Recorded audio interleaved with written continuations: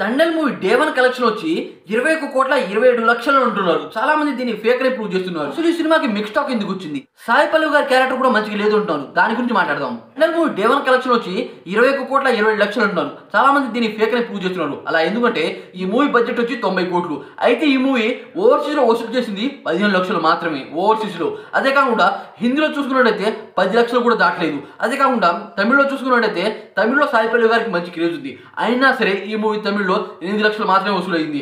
అదే రకంగా చూసుకున్నట్టయితే ఏపీ తెలంగాణలో ఈ మూవీ ఖచ్చితంగా 8 కోట్లు మాత్రమే వసూలైంది. కాకపోతే ఈ మూవీ నుండి ఏ రకం పోస్టర్ అయితే వచ్చింది. అదే కాకుండా ఇంకో విషయం ఏంటంటే చాలా మంది ఆఫ్లైన్ లో టికెట్స్ అని చెప్తారు.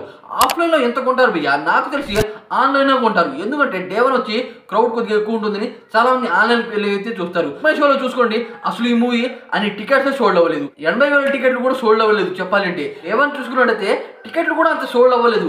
కాకపోతే ఈ మూవీ నుండి ఈ రకమైన పోస్టర్ అయితే వచ్చింది. చాలా మంది ఇంకని చెప్తున్నారు అంటే ఈ మూవీ ఖచ్చితంగా 18 కోట్లు మాత్రమే వసూలైంది. కాకపోతే వీళ్ళు ఈ రకంగా 3 కోట్లు ఎక్స్ట్రా వేసుకున్నారు. కానీ ఈ మూవీ బ్రేక్ ఈవెన్ అవ్వాలి అంటే దాదాపు 200 కోట్ల కలెక్షన్ క్రాస్ చేయాలి. అలా చేయాలంటే అది మామూలు విషయం కాదు. చేస్తుందేమో చూడాలి. మంచి సినిమాలు కూడా పోటీకి లేవు. అదే కాకుండా ఈ మూవీ చూసి చాలా మంది మిక్స్ మూవీ అంటారు. అలా ఎందుకు అంటున్నారు అంటే ఈ మూవీ తండెల్ మూవీ చూసుకోండి. తండెల్ మూవీలో కూడా నాకు చెప్పిన సాయి పల్లవికి దూరంగా ఉంటారు. అదే కాకుండా సాయి పల్లవి ఇలాంటి మూవీ ఇంకోటి చేసింది, అదే అమరాన్ మూవీలోనూ అదే రకంగా, ఈ మూవీలోనూ అదే రకంగా. అందుకని అనమాట ఇలాంటి రకమైన మూవీ సీతారామ మూవీ కూడా ఉంది. అదే రకంగా ఇలాంటి కైండ్ ఆఫ్ లో తీయడం వల్ల చాలా మందికి అనమాట ఈ మూవీ నచ్చలేదు. మంచి కంటెంట్ ఉన్నా సరే మనకి ప్రజెంట్ చేసే విధానం బాగాలేదు. అదే కాకుండా ఇంకో విషయం ఏంటంటే ఇలాంటి కైండ్ ఆఫ్ లో చాలా సినిమాలు వచ్చాయి. కాకపోతే కొత్తగా ప్రజెంట్ చేసి ఉంటే బాగుండేది అని చాలా మంది అయితే చెప్తున్నారు. దీని మీద మీరేమంటారో కామెంట్ చేయండి. అదే కాకుండా భయ్య సాయి పల్లవి గారి క్యారెక్టర్ బాగాలేదని చెప్తున్నారు.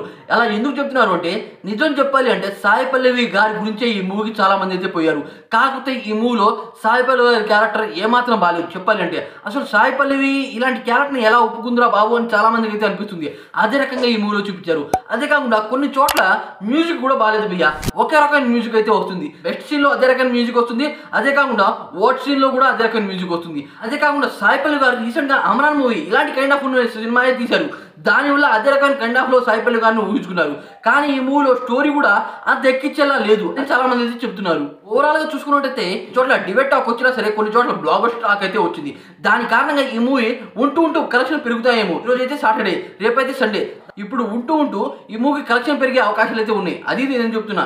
డిబేట్ టాక్ వచ్చినా సరే మూవీకి మంచి పోటీ లేకపోతే మూవీ భారీగానే వసూలు అవుతుంది. ఏ మూవీ పోటీ లేదు కనుక ఈ మూవీ 100 కోట్లు వసూలు చేయొచ్చు.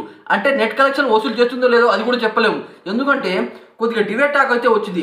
బ్లాక్ బస్టర్ టాక్ వచ్చిన డాకు మహారాజా మూవీ 200 కోట్లు కొట్టలేదు. ఈ మూవీ కొడుతుందా లేదా అనేది మనం వెయిట్ చేసి చూడాలి.